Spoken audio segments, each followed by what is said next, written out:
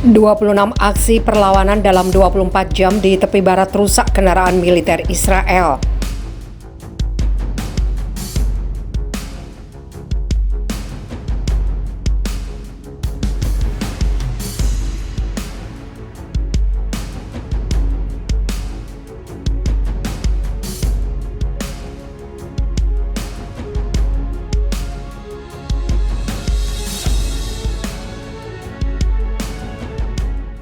Aksi perlawanan meningkat di tepi barat selama 24 jam terakhir. Tercatat 26 tindakan perlawanan yang menyebabkan kerusakan pada beberapa kendaraan militer Israel dan kerusakan kendaraan pemukim. Menurut laporan PAL-Info, Selasa 16 Mei, terpantau ada 6 aksi penembakan, peledakan 4 alat peledak, perusakan kendaraan militer, operasi menghadapi pemukim dan penghancuran kendaraannya, termasuk bentrok antara pemuda dan penduduk di 13 titik wilayah tepi barat. Bentrokan pecah dengan pendudukan di Al-Mukhayir, Al-Bir, Nabi Saleh di kota Ramallah, di Kabatia, Gilboa dan kamp pengungsi Jenin, serta di Burun Nablus, Jericho, Bethlehem, dan Hebron, terang sumber itu. Pejuang Mujahidin menembaki tentara pendudukan di dekat pemukiman Seket, Kabatia, kamp Jenin, Burin, dan pos pemeriksaan Muraba di Nablus, serta kamp Akabat Jaber di Jericho. Sementara warga menghadapi para pemukim di Al-Qadir di kota Bethlehem dan menghancurkan kendaraan mereka. Tepi barat menyaksikan kerusakan kendaraan militer setelah bentrokan bersenjata, pelemparan alat peledak ke arah pasukan pendudukan selama penyerbuan kamp Jenin dan kota Kabatia, serta penembakan di pemukiman Saket. Selain menembak pasukan pendudukan selama penyerbuan kamp Balata di Jericho, pejuang Mujahidin juga didukung para pemuda yang melempar batu serta menghancurkan kendaraan pemukim di Al-Qadir, Bethlehem.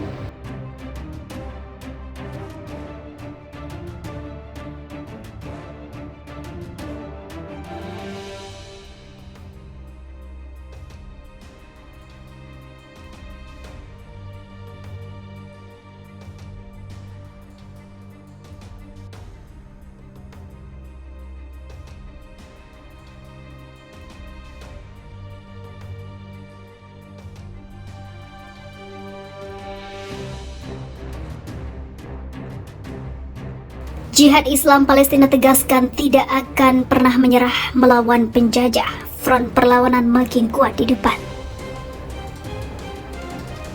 Syekh Nafez Azam, anggota Biro Politik Jihad Islam Palestina, menyatakan bahwa peningkatan operasi mati syahid di tepi barat menunjukkan bahwa bangsa Palestina tidak akan pernah menyerah menghadapi tekanan penjajah, meskipun mereka dibackingi oleh kekuatan barat hingga Amerika yang katanya superpower. Selama beberapa bulan terakhir, serangan pasukan perlawanan Palestina terhadap posisi militer Zionis di tepi barat telah meningkat sedemikian rupa sehingga para pemimpin politik serta lembaga militer dan juga keamanan Israel menyatakan ketidakmampuan mereka untuk menanganinya. Syekh Nafez Azam pada hari Minggu mengatakan perlawanan di tepi barat merupakan aksi yang wajar dan sejalan dengan sejarah perjuangan Palestina, serta menegaskan bahwa bangsa Palestina tidak akan mengkompromikan hak dan prinsip-prinsip luhur, serta akan membalas setiap serangan yang diluncurkan dari Israel tanpa menyerah sekalipun. Bangsa Palestina berpegang teguh pada haknya dan akan melanjutkan perjuangan dan jihadnya. Itikad bangsa kita lebih kuat dan akan menang, ujar Syekh Azam. Sebelumnya, tentara Zionis hanya berperang dengan Palestina di selatan wilayah pendudukan di Gaza, namun kini meluas ke tepi barat di timur Palestina yang menimbulkan kekhawatiran Israel, ungkapnya.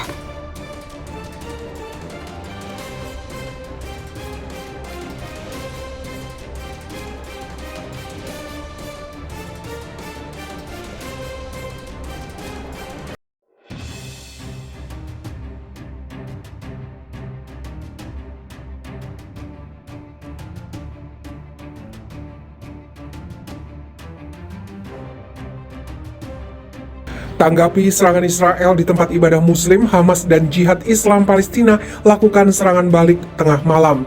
Mengejutkan, ribuan orang Palestina yang jadi korban para polisi dan tentara Israel akhirnya mulai mendapat keadilan sebab pasukan Hamas dan Jihad Islam dikabarkan melakukan serangan balik dengan membakar mortar dan roket ke wilayah Israel yang tengah dijaga oleh para tentara Israel. Sontak hal ini mengguncang para warga Israel hingga sirine meraung-raung tepat tengah malam dan beberapa orang kabur menuju jalur evakuasi. Sementara itu diberitakan sebelumnya, kelompok Palestina Hamas dan Jihad Islam ngamuk atas serangan tiba-tiba Israel di Bab al-Rahmah atau gerbang Rahmah, area ibadah di Masjid Al-Aqsa di wilayah pendudukan Yerusalem Timur. Berita media Palestina mengatakan pasukan Israel merusak perlengkapan lampu dan sistem kelistrikan selama serangan tersebut pada Sabtu. Hazim Qasim, juru bicara Hamas, mengatakan serangan itu merupakan lanjutan perang agama Israel atas situs suci di Yerusalem.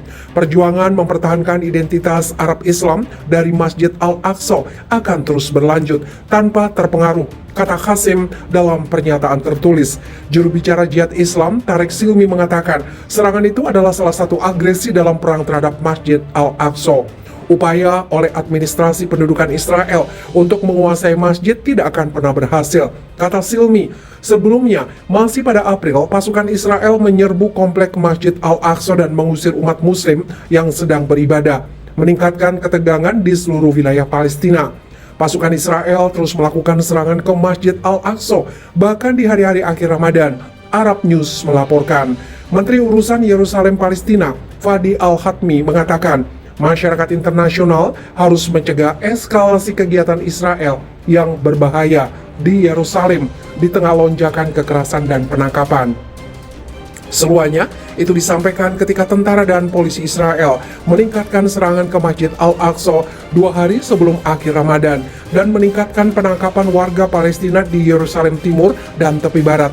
Penyerbuan itu memicu serangan roket dari jalur Gaza dan Lebanon, kemudian dibalas Israel dengan serangan udara.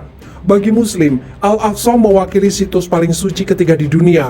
Yahudi menyebutnya Bukit Bait Suci, mengatakan tempat itu merupakan situs dua kuil Yahudi kuno. Israel menduduki Yerusalem Timur saat Perang Arab-Israel 1967. Israel kemudian menganeksasi seluruh kota pada 1980, sebuah langkah yang tidak diakui masyarakat internasional.